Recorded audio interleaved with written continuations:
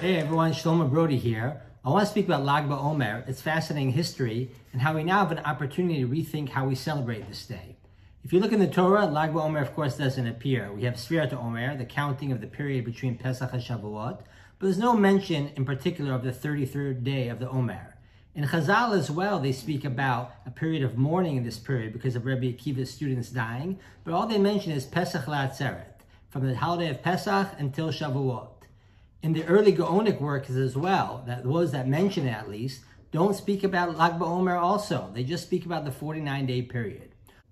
Only in the late 11th and early 12th centuries do we first start hearing of Lag Ba-Omer as a day in which people would start getting married again. But it's not exactly clear why. Some sources speak about the fact that maybe the original custom was only 49 days minus 15 days, so after the 33rd day, we start getting married. Others start talking about being 33 days when we do say Tachanun, and the other 15 we don't, and therefore that's the reason why the day is significant.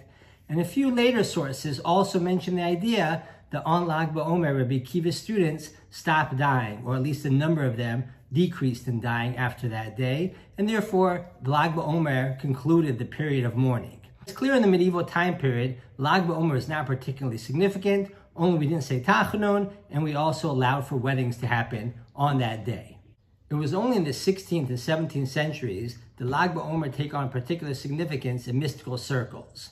Already in the 13th and 14th centuries, we know of pilgrimages to grave sites of Hillel and Shammai and others in the Galil, but in the 16th and 17th centuries, the grave of Rabbi Shimon bar Yochai became a site of pilgrimage, not only in this time period, but also in the time period before Elul, as many mystics went there for some form of meditation or other types of mystical practices.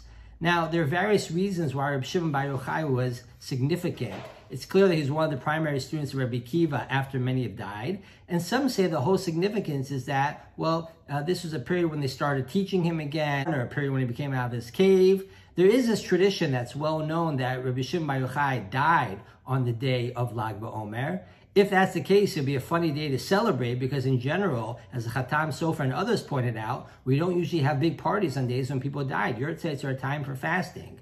But in fact, it seems that this was all a manuscript error. Originally, it said that Rabbi Shimon bar Yochai was happy on this day. He started learning on this day, and somehow that was turned from Sameach to Shemet, that he died on that day. So the whole tradition of him dying on this day, this being his Yortzeit, is very late and seems to be erroneous, but nonetheless, the day became attached to a lot of mystical practices.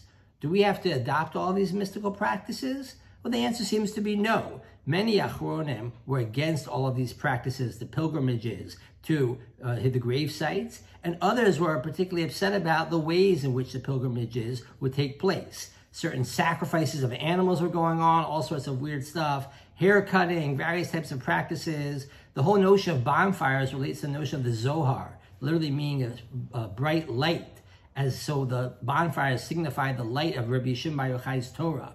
But if a person is not particularly engaged in Kabbalistic teachings, there's no real reason why you have to celebrate Rabbi Shimon bar Yochai's alleged Yortzeit, and particularly with bonfires, which we know today in dry weather in Eretz Yisrael is very dangerous. It seems that Lag Ba-Omer became particularly popular in the 20th century through a combination of factors. Sephardic, mystics, Hasidim who liked the notion of Rabbi Shimon bar Yochai's Yortzeit, and Zionists who adopt him as a significant figure as it relates to various earlier historical periods. But there's no real reason for us to continue this minhag of bonfires. We've now had 3 years in which we haven't had bonfires because of fire hazards, dry weather, and now corona. According to the Sdei Chemer, 3 years is a good amount of time to saying when a minhag can die because we haven't done it. It's a chazaka. And there's really a need for us to rethink how we celebrate Lag Ba-Omer. There are many other ways of celebrating the legacy of Rabbi Shimon bar Yochai, the best one being to learn Torah, which is certainly his primary legacy.